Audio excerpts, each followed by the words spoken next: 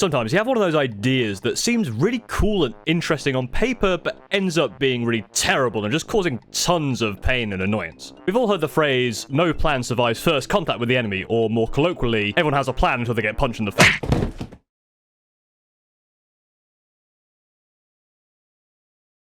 Kind of makes you wonder why we plan anything in the first place. One of these ideas is the Screaming Ravens, my homebrew Space Marine chapter. What I thought would be a fun and relatively silly idea, I now realise, 18 months after I finally finish one of the projects, is a really annoying and stupid idea. However, it's not an idea that can't be fixed, and I think I have some solutions to some of the problems I'm having with it, and in this video, we'll explore some of that. So first of all, what are the Screaming Ravens? I made a couple of videos about these before, but the Screaming Ravens are my custom chapter. They are a Vanguard successor that utilise stealth, but not in the way that you'd expect. They basically just scream at you so loud you can't hear what's going on, rather than being super silent. Their weaponry can mimic other sounds of other weapons, and their vehicles can mimic other vehicles, so you don't really understand what's going on. And they have bright colours in random bits, which, you know, cause visual confusion. And they don't have any markings for who the captain is, because that would be kind of silly. At least in their eyes, why would you mark the most important guy? I think they still follow the tenets of Vanguard, you know, a precise and deadly strike, but while Vanguard are all about them not knowing you're coming, Screaming Ravens, you know they're on their way. You just don't know where from, and then by the time the cacophony has happened,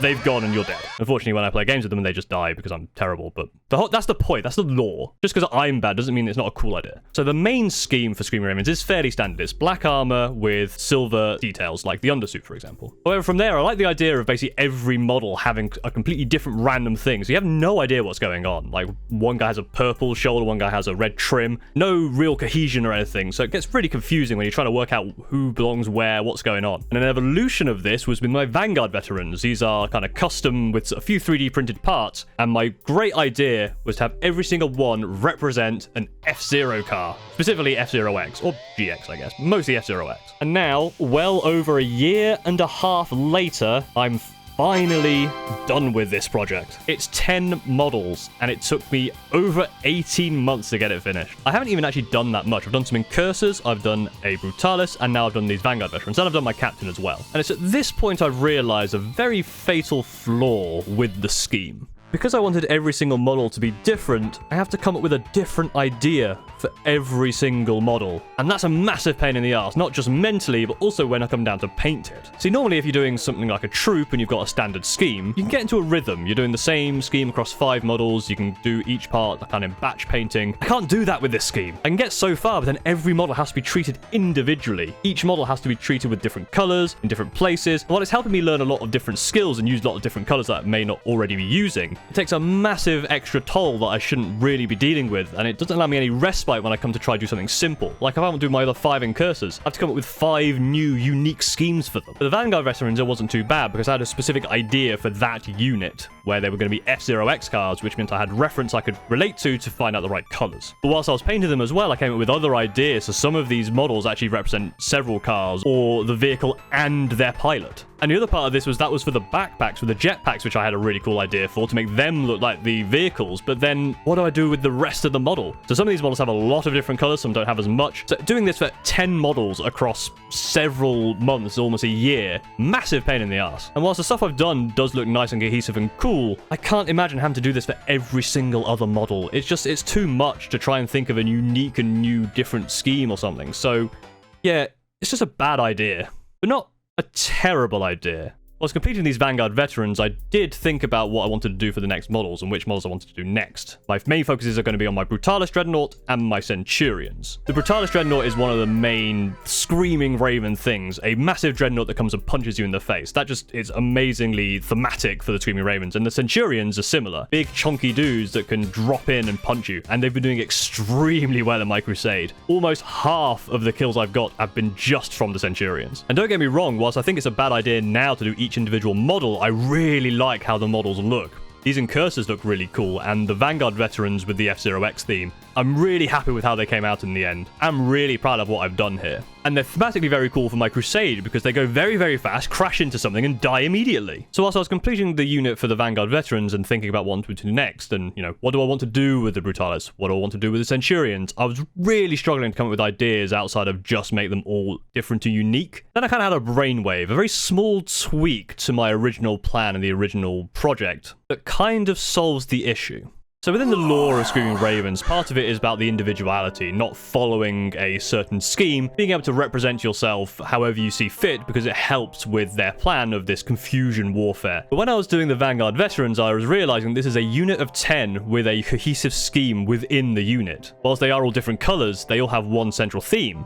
F-Zero-X, which is clearly something that exists in the 41st millennium. I mean, it's a great game. It should stand the test of time. So instead of having every individual model be unique, how about every single unit? So these Vanguard Veterans, dug up an N64 and F-Zero-X somehow, really liked it, and they've schemed their jetpacks on what they saw. That's terrible lore. Ignore that. It's just because I like F-Zero-X and I painted them that way. But regardless, it means that each unit can decide amongst themselves what they want to look like. So these incursors went with the idea of we'll just have little bits of trim here and there. But that doesn't necessarily mean every single unit needs to follow that. And as soon as I made that tweak, loads of good ideas. With the lore video, I got a lot of really fun ideas from the community about the lore for Screaming Ravens. So I'm going to ask again for any ideas you have for cool units, cohesive themes that kind of go into this. I've got a few ideas of my own, so I'll share those now, and then you can leave yours in the comments. So, for example, have a unit where they are fairly standard and look pretty much the same, but you number them with transfers 1, 2, 4. This is a classic prank, or classic schoolboy prank where you release sheep or pigs, so you number them 1, 2, 4, and then you're looking for number 3. Very simple. It means I can do a pretty standard scheme with a few little tweaks rather than doing a massive overhaul for each individual model, but there's still that little extra fun in there where, let's say they get defeated and the enemy is looking for number 3 because they found 1, 2, and 4. Where the hell is number 3? This might be a fun idea for Centurions, or maybe for my other incursors. I can make the incursors a bit simpler and then label them 1, 2, 3, 5, 6, for example. On the flip side of this, if you're going for units being unique but confusing, have every single model exactly the same. For this one, you might have to have some sort of fairly unique looking thing, like having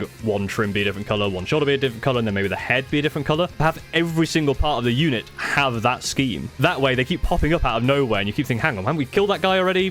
Why has he come back? How many of them are there? This would be quite good for something like, I guess, Eliminators, or maybe something like Aggressors, something where you can have them in small groups, and then having them pop up in random places makes a lot of sense. Or maybe Infiltrators would also work here. Something with Deep Strike, Terminators, having both Terminator squads of 2 5s looking exactly the same. One coming down on turn 2, one coming down on turn 3, and the enemy thinking, wait, we just killed those guys, didn't we? The third idea I had was to have a scheme which doesn't really make sense unless you have the whole squad together. That way you still have that unique thing between the models, but then the unit itself has that cohesion of having like a color that moves across the unit. So it starts on the left shoulder of one person, then goes to the trim, then the head, then the trim, then the shoulder on the right. And another one here that is fairly simple that I really could have thought of, but it's to have the armor be fairly standard with the black and the silver. Have the weapons be the unique part. Crazy bright weapons, different colors on each weapon, like my Melter Centurions, for example, having different color of the melter heat.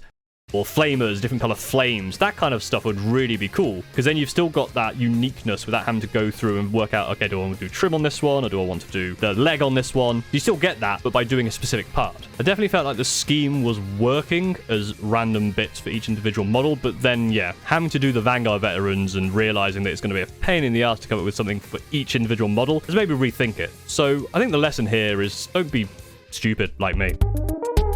No, the real lesson here is that if you have a project idea that as you're working through isn't really going as you expect, don't worry too much. Just reevaluate, have a think about it, because there's a way out of it. It might be that this idea of doing individual units as a cohesive thing will not work, and I'll come up with other problems, but at least it's an idea that gets me out of potentially not painting the Screaming Ravens, because I've started to realize how batshit the idea of having to do every single model differently was really going to be. I think unit by unit is such a better idea for me as well, specifically because I can really deep dive into each of those units. With the Vanguard Veterans, I was able to really get detailed with some of the references within the armor and the backpack for each of these models. And by doing them unit by unit, I can do that for each individual unit as a whole. I don't have to think about the rest of the army. I can think about the unit I'm doing and how I'm going to make them unique. If you ever had any projects that went off the rails, any ideas that just did not work out, whether it's been in painting or in playing, because when I play games, every single idea I have goes out the window in turn 1 because I'm an idiot. More on that probably in the next video, or maybe the video after that. Whenever that video comes out, look forward to that. But thank you very much for watching. I should remind you that I have a paint jam happening in a couple of weeks. Why did I say a couple of weeks? Because by the time I actually edit this, it'll probably be like a week away, maybe even tomorrow.